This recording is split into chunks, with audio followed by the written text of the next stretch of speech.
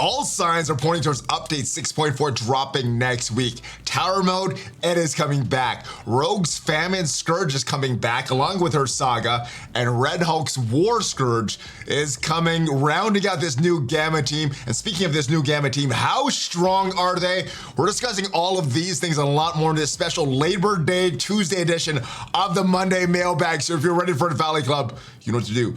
Find that like button and let's go smash it! ValleyFlyin.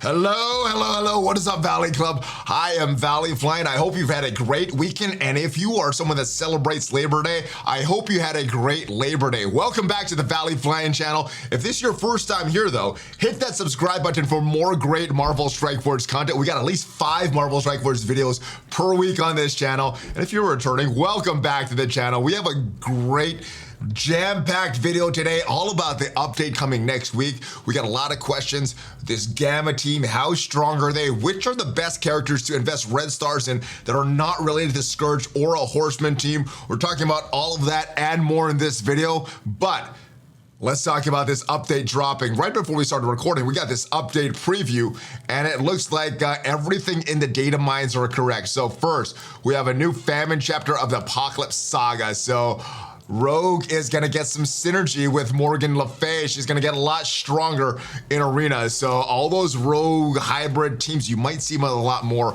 now that Rogue is gonna have synergy with Morgan Le Fay. And I guess she's also gonna have synergy with Red Hulk as well. So Rogue is gonna be very good. And because it's a Saga event, it looks like they are bringing Rogue's event back as well for Famine. So if you don't have a Rogue unlocked, or if you need another star for Rogue, this is great news for you. And as far as Red Hulk's event, well, get your Heroes Guardians right now. I think they are gonna be the dominant team in the Red Hulk Scourge event. But also build some of your Wave 1 Avengers, especially Hulk, especially Iron Man, because of their other uses in the game. And maybe you might want to bring in your Ravagers if they already have them built. So get them ready. Looks like Red Hulk is coming next update, which is not a surprise. That is very, very expected. 5 new playable characters. We already saw the preview of this. The only one that we don't have notice of is the last one, and all signs point towards Mr. Negative. Mr. Negative has been data mined for a few of these most recent updates. Every time a new update drops, something on Mr. Negative. So it looks like the last character is Mr. Negative there. The first character is gonna be Spider Weaver. So Hulk, Red Hulk, his event is gonna come mid-update or towards the beginning part of this update, but not the first character release. It looks like Spider-Weaver, as soon as this update drops, character offer will be available of all the previous information and things that Scopely has done in this game is gonna remain true. All right, what else do we got? We got a new event campaign that is probably for one of these character releases. We had a new Cosmic Crucible season. We talked all about that in the last video we did on this channel about the blog post and all the changes for Cosmic Crucible. And updated Alliance War rewards. I guess that is a good thing. Hopefully they gave us more of those Iso-8 blue level 4 crystals to make us whole. And for me, one of the more exciting things here that we did see in the data mine last week, so not super exciting when this dropped, but Avengers Tower is coming back, and I hope they're running that in a low point of the game, maybe between some events and things like that, so we could grind for the Avengers Tower, and then we won't have to really be missing out on or spending extra time because there's another event going on. So it looks pretty exciting. Let me know what you're most excited for in this next update, but it is time to get you your questions from the mailbag. Now, we go to Discord every single week and get these questions, and if you want to get one of your questions potentially featured on one of these Monday mailbag videos, which sometimes we do on Tuesday, make sure you are a member of the Discord. But let's go take a look at these questions right now. Hey, brother Valley, greetings from Washington. What is up from Texas, my brother? I actually went to school in Washington. Greetings from Washington. Can we get a pitch meeting for these month-long events? Oh yeah, we need a pitch meeting for these month-long events. There are some things about these month-long events that I do enjoy. I enjoy that monthly prize of something that we're going for, leading all of our milestones, all our events towards one big event. I don't like what they've done with this Abomination event, making no dark promo credits in there with no word of where they're replacing these dark promo credits in our inventory is, and the shards for Abomination, which makes it possible to complete every single milestone in the event and still not unlock Apocalypse. Now, Abomination. It looks like that is gonna be not the likely scenario because the minimum drop is not the most prevalent percentage for that gamma orb, but it still is not a good event. So I would love to do a pitch meeting for this. Long answer, yes. Usually I have Nature Boy start writing that and then I could edit things in that. He usually gets the framework for that. So potentially I would like to do another pitch meeting. Those are always fun. And these month-long events, they're great candidates for it because it upsets the community big time. All right, hey, Valley Club, with the third cycle of Morgan Le Fay being released before this second Rogue event, do you think it could be a trend? I think it could be. I don't think we were due for the Rogue event, so I think the third cycle of Morgan Le Fay just came early, which is why I wasn't raising too much of a fuss. I wasn't expecting Rogue to come back until update 6.4. It does look like she is coming back in 6.4, so it actually looks like we got the Morgan Le Fay event early and not the Rogue event late, because the timing of the Morgan Le Fay second event and the Rogue second event looks to be pretty comparable. So I think it could be a trend. If it does repeat, do you think the MS devs are really trying to give everyone 3 shots unlocking each horseman and their star levels? I think eventually they'll get those three unlock attempts. I don't know if we're gonna get the third attempt for War and for Death before Apocalypse is announced though, but I think at least for Morgan Le Fay and Rogue, we will get 3 attempts before Apocalypse comes to the game, or at least his event comes to the game. I want to thank you for all the good content and love that you put out there, brother. I try my best, my friend. Now, sometimes with these Red Star openings, it gets very challenging. When I was battling those Heroes for Hire and War defense, it was very challenging, but I try my best, my brother. So that's all I can do, is do my best. Valley, the thing about Red Hulk's kit, I must say it'd be cool if legendaries and other special tunes, Ultron, Dormammu, Doom, have a battlefield effect like Iron Man could have Tony's basement, and instead of applying bleed like Red Hulk, maybe he heals tech tunes for 25% of their max health on turn stats. Yeah, so when I saw the battlefield effect in that Red Hulk kit, it looked like it was just the start of a lot more things coming. So if we look at what the Red Hulk kit said, all the way down here is this battlefield effect. He's gonna give this gamma radiation. Now, it looks like battlefield effects are different for each character, and the gamma radiation is the specific battlefield effect for Red Hulk. And what this one does on enemy turn, attack that enemy for 250% piercing, which is good. But this is the crazy part. Battlefield effects are unavoidable, and it's cleared into the last one. And this gamma radiation, he's getting 3 bleeds, and he's attacking the enemy for 250% piercing, which could be huge. It doesn't expire. This could be crazy, and I would love to see this extended to other characters as well. I think that's a good addition to the team. It's very, very strong effect. I think they do need to reserve it for like the strongest characters in a game, but I would love it. Iron Man, great. I think they're going to reserve it for new tunes because they want to make money with it, and his Iron Man is kind of an older tune, but I would love if they went back and redid some battlefield effects and some other characters that we're not really using.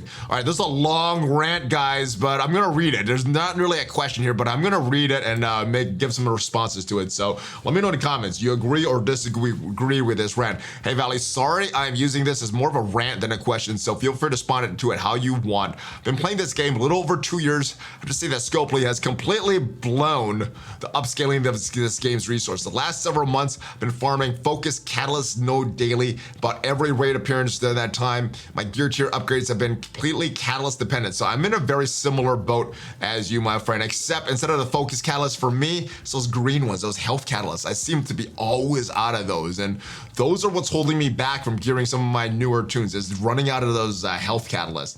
The basic catalyst, I seem to have cleared up that bottleneck. I still don't have a lot of it, but it's not like something that I'm really missing out on. But the focus one, the damage one, and especially that health one is what I'm missing. Having catalyst be a long-term blocker or super lane. From what I can tell, a game's design perspective, catalysts are designed to be the least likely cost blocks. An extra thing whales have to buy when they're whaling, and are buying all the other pieces, so they need to issue becoming a bottleneck for the community as a failure as a dev. I see that as well. You can see the ineptitude and long-standing gear shortage of gear 14 items in comparison to availability of gear 15 items. So I think what happened there was with the gear 14 items or the gear 15 items, they made those farmable in the Doom campaign a lot quicker than they made those gear 14 items. I'm not sure why, but yeah, those gear 15s were farmable before the gear 14s, and they kind of did that backwards. There's no logical explanation for this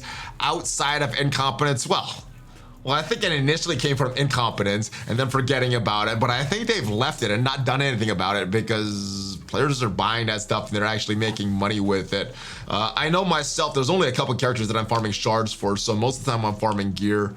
Just feel I have to farm this catalyst, but it does suck. It feels like the bottleneck should be on this teal gear now and not on this orange gear, which we should be able to get to gear 15, no problem at this point, and just getting our characters there. But all these catalysts, that's what I'm missing. I think it's something was an accident in its design, but that's just my personal opinion. I look at the many aspects of this game and see so many neglected features. The sheer number of locations that late game players are maxed out on character shards offering while they hold on to an ever increasing amount of shards, the milestone orb, the laughably slow rate of additions to Blitz, Raid, Wars, Thor, Greeks, orbs, etc. Sorry, this turned into longer than intended, but there's so much wrong with the game, Skippable can't keep up. And I think a lot of that is because their QA process and they're always behind, you know? Seems like we always have the bug, they're responding to these bugs and not really being proactive when changing things when they need to be changed because they're so reactionary towards fixing their mistakes from the past. So I think if they did some good QA, they didn't have to deal with all these mistakes that they did on their previous work. They could focus more on going forward with these things, and hopefully we don't get these kind of bottlenecks and stuff again. So it turned to be longer than expected. There's just so much wrong with the game. Skippable can't keep. I want a special shout out to the buff debug display bug that's been broken since forever and has direct impact on ability to properly play the game. Yeah, and it's also been mentioned many times in the Envoy chat. I've sent them videos. I don't know. I see nothing in 6.4 that indicates that it's finally going to be fixed, but hopefully this will be the update that is finally fixed. I believe it goes all the way back to update 5 that this happened, but it's been a while. It's been many updates that the phantom buffs and debuffs is just not working properly. There's some other things that aren't working properly either that just seem to last in this game, and I think it's they have a backlog of errors, my brother. All right, Valley, how bad is this game to have mobile gamers step up and call them out on their BS? I think he calls them out frequently on their BS. I know when we collab, he calls them out in their BS a lot, but I'm not sure if you wanted him to take it to another level than what he's done in the past. I'm starting to feel like I did before Swaga 3 years ago. This game definitely has its highs and lows, and I think right before the Hulkbuster event, at least for me, was a high, and it kind of dipped into a low. It hasn't really recovered. Hopefully there'll be some new infusion of some fun things in the game and they clear up their errors. But yeah, this week is definitely a down week. Last week was probably a down week too. It started from that Hulkbuster event. But hopefully things change. I know some of the things that we thought were nerfed, they did go back and fix. So hopefully they address some of the other things that they nerfed, like those dark promo credits. I know they addressed the calendar and things like that. So yeah, I don't know. It's just kind of a downtime in the game, I feel right now. But hopefully we'll get an upswing before that, because before the Hulkbuster event, I thought this game was in a real positive direction, and then it just crashed down, and now they have to build up slowly again. So we'll see what happens. Hopefully they will realize that they're angering the community. Valley, greetings from Singapore. Greetings back from Texas, my brother. Given the recent announcement of Spider Weaver, do you think she's a skippable character? I do not get the hype over her personally. I do not feel any connection with her as the rest of the Marvel heroes, and I do not wish to get her at all. All right, so as far as skippable, well, if you have no intention of getting Apocalypse, then yes, she is skippable. Now, let's go take a look at what it says here. Spider Weaver in the Apocalypse Saga. It's previously mentioned that the 5th final saga for Apocalypse will have some additional requirements. Spider Weaver will play a key role in unlocking Apocalypse, and we can officially announce she's the first required character more to be announced later, to complete the final saga. So not only do you have to have your horseman characters up at gear 16, complete the previous sagas for all of your horsemen, but you also have to have Spider Weaver and a few other characters that we don't know yet. So as far as skippable, no. Is she gonna be that good? Maybe her role in Cosmic Crucible, that may be skippable, but yeah, I think you're gonna need her, unfortunately, despite your non-connection of the character. Scope and X creation is usually fairly powerful. Both Kestrel and Deathpool are playable today. Yeah, Kestrel is one of the non-horseman, non-scourge characters that I'm still bringing up because of her use in skill, and if you don't have those bionic Avengers, her use in tech as well. And they just said she's required for Apocalypse with Kestrel and Deathpool. I'm not sure they said the Kestrel and Deathpool part though. Where did they confirm Kestrel and Deathpool? I have not seen that. If I missed something over this past weekend, this Labor Day weekend, then let me know in the comments. But as far as I know, looking at that latest blog post from Friday, it just looks like it is Spider Weaver at this point.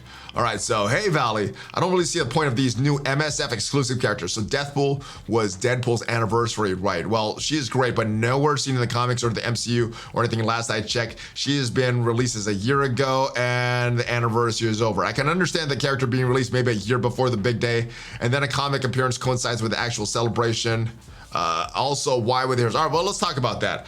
It looks like there is something going on for Spider Weaver right now. If you look at the Game Informer article from last week from brother Brian Shea, who is always on Twitter, it says, with the Spider-Man's 60th anniversary happening, Marvel came to us and they asked us, hey, could you come up with the original new Spider-Verse character? No pressure there.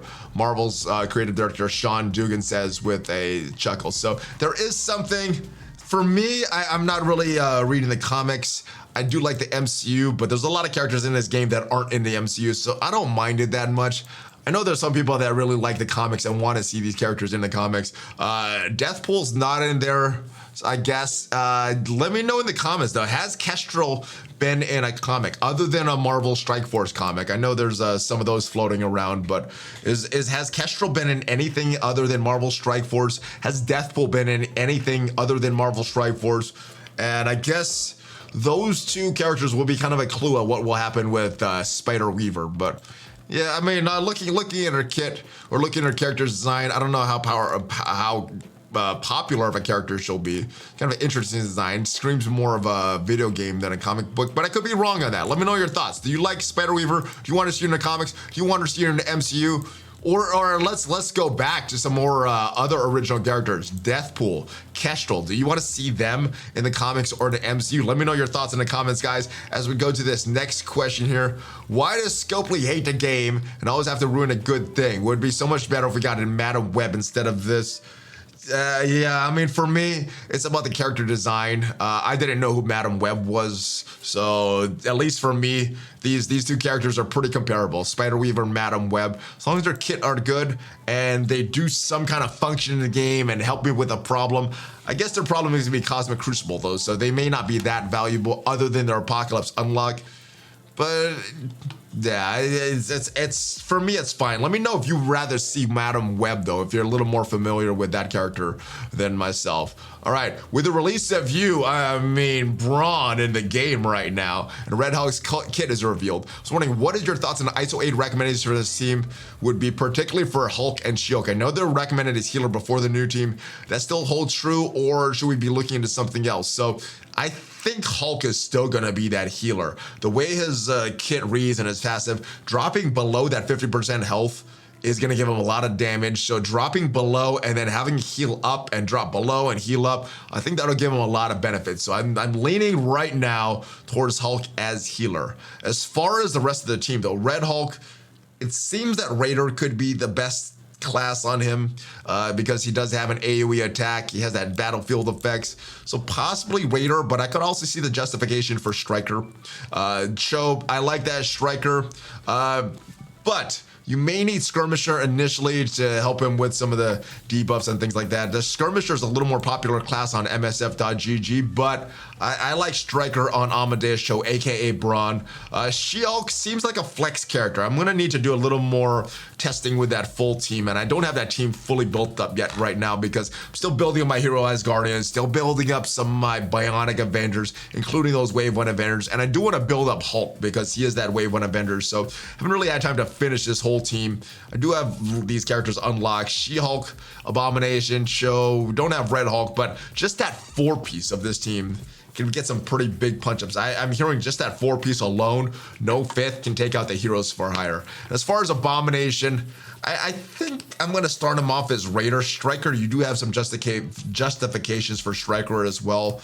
But yes, I think my initial test will be Red Hulk as Raider. Show, I'm going to start him as Striker. If I can't do what I need with him, I may switch him to Skirmisher just to give, and also giving a little more vulnerables on the field. Hulk, I think the best class is going to be Healer, although that may be switching with some playtesting. SheHulk, I'm still not sure, but I think I'm leaning towards Skirmisher at this point, maybe even Raider, just to get more vulnerables onto the field. But probably Skirmisher for that vulnerable. And then Abomination, I think I'm going to start with him as Raider, but he may switch to Striker because he does have a very strong basic there. All right, happy Labor Day to you, Dorky. Have a question about my choice of gear for Tier 16 Dark Dimension 5 and Famines. Is Myth Marvel a good choice of gear for Tier 16 Dark Dimension 5 and Famine Scourge, or not? Just wondering because I have 5 city tunes at Dark Dimension 5 already. So if you have those characters for Dark Dimension 5 ready, this shouldn't be a question for Dark Dimension 5. You have them, go in, finish Dark Dimension 5 right now. I don't see Miss Marvel as a huge value on that team unless you're bringing some other young Avengers. The reason is she has a taunt that goes off. That is going to be annoying.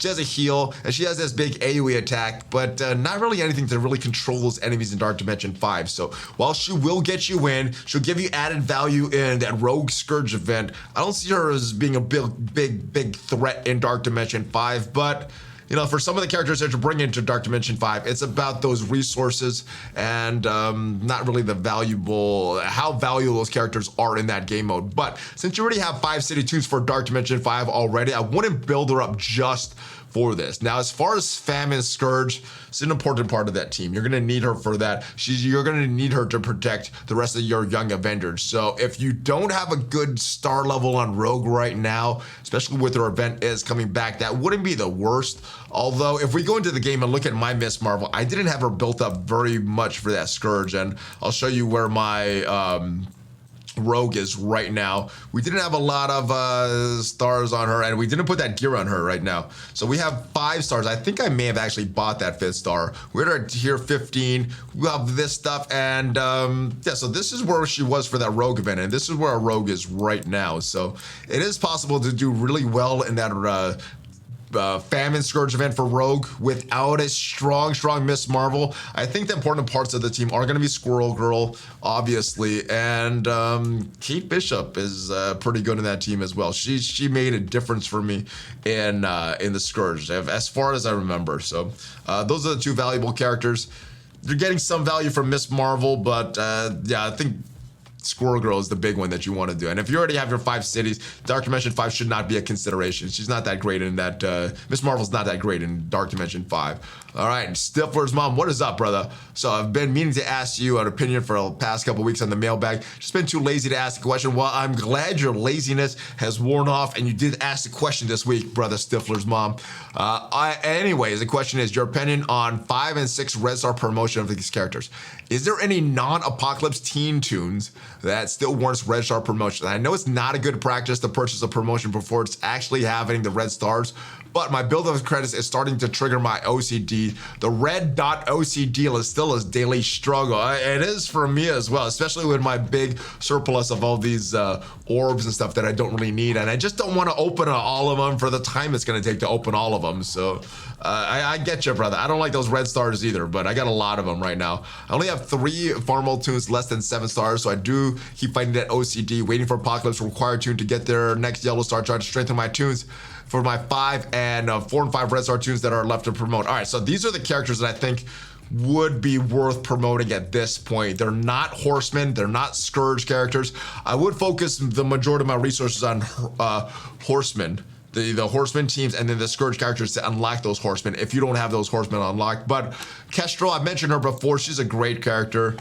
She's not on any horseman or Scourge teams, but I think she's great in the skill lanes. I would not be able to do the skill lanes in Doom 3.3, and we just actually entered 3.4, and that would probably be impossible without a strong Kestrel. So Kestrel is there as well. Eternals, obviously you need the gold stars for these characters, but Eternals are valuable in all game modes, and they're also valuable in Scourge. They're not as Scourge unlocked for nodes 5 and 10 for any of the nodes, but they are valuable in whatever node you're using them in. So Eternal's very, very good. Shang-Chi also in that skill section and has some kind of flex use in other game modes like Cosmic Crucible and not War. You're using with the Heroes for Hire and War, but Shang-Chi is a very, very good character.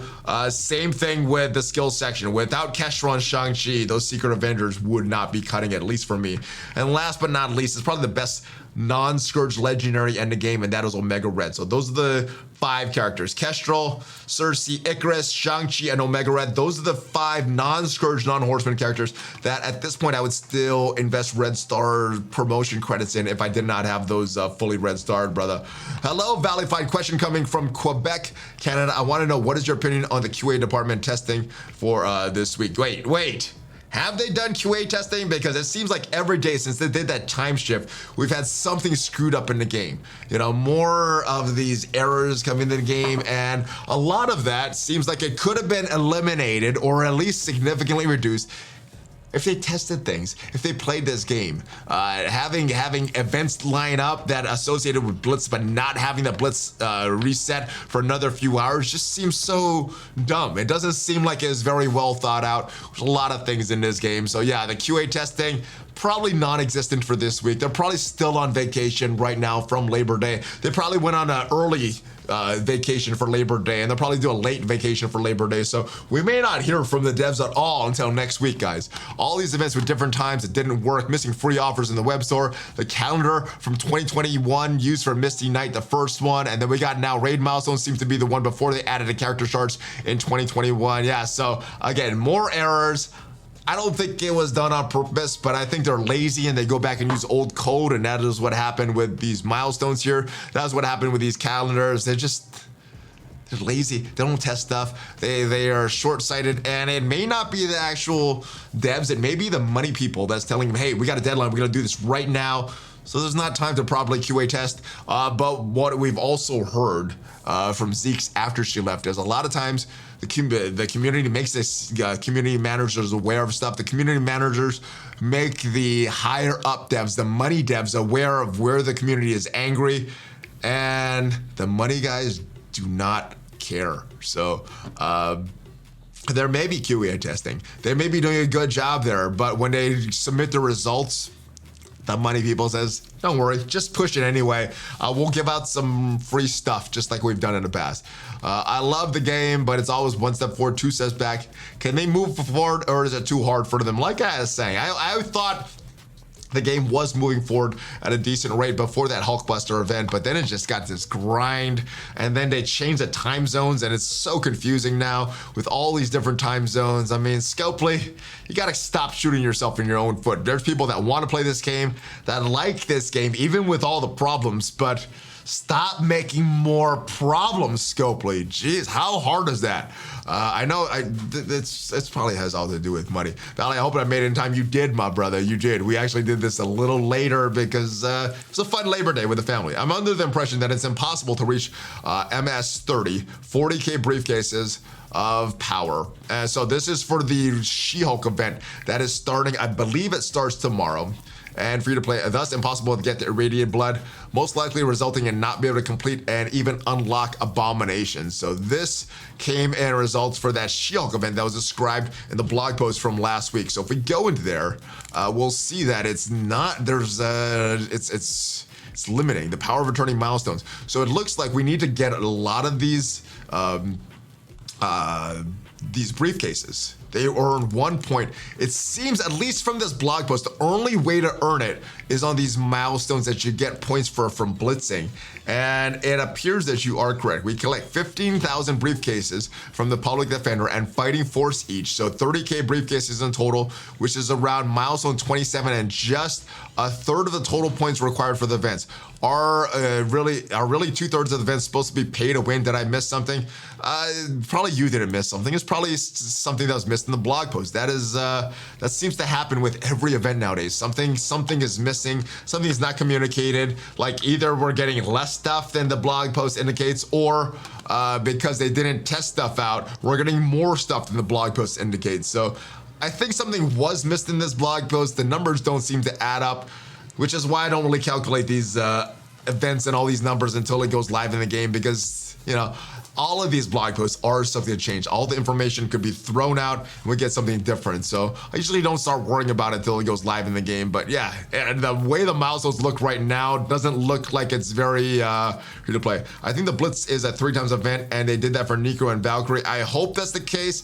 That could be the case. I hope it is. Again, not communicated very well in the blog post, which is why there's so much confusion, which is why it doesn't say the Blitz is a 3-time event. It says, I think the Blitz is a 3-time event, and we're looking at past events for that. So we will see when it goes live in the game. I believe it's tomorrow, but with all these timers and all this stuff that they're implementing, it may not be tomorrow, maybe actually be today. So that is it for this mailbag video. Thank you to every one of you that left a question or a rant. Hopefully we get more questions and less rants, but once in a while I think it is proper to review those rants. Now, if you want your question potentially featured in an upcoming episode of these, make sure you check out the link to Discord down below. Join the Discord and look for that mailbag channel, because that is where you can leave a question. Also, the links down below, the link to TeePublic. I think they just had a sale going on, although if you want to check out some Valley merch, check it out. TeePublic, they got some good deals there all the time. And I will see you guys next time. If you haven't already subscribed, hit that subscribe button for more great Marvel Strike Force content. We got a couple of videos coming out tomorrow as well. And of course, every Thursday we do that news video talking about all the news, good, bad, of Marvel Strike Force. So hopefully see you there, and hopefully you have a great rest of your day. Have a great one, guys. Thanks for watching. Hulk fist bump, ValleyFlyin out. I'll see you guys next time.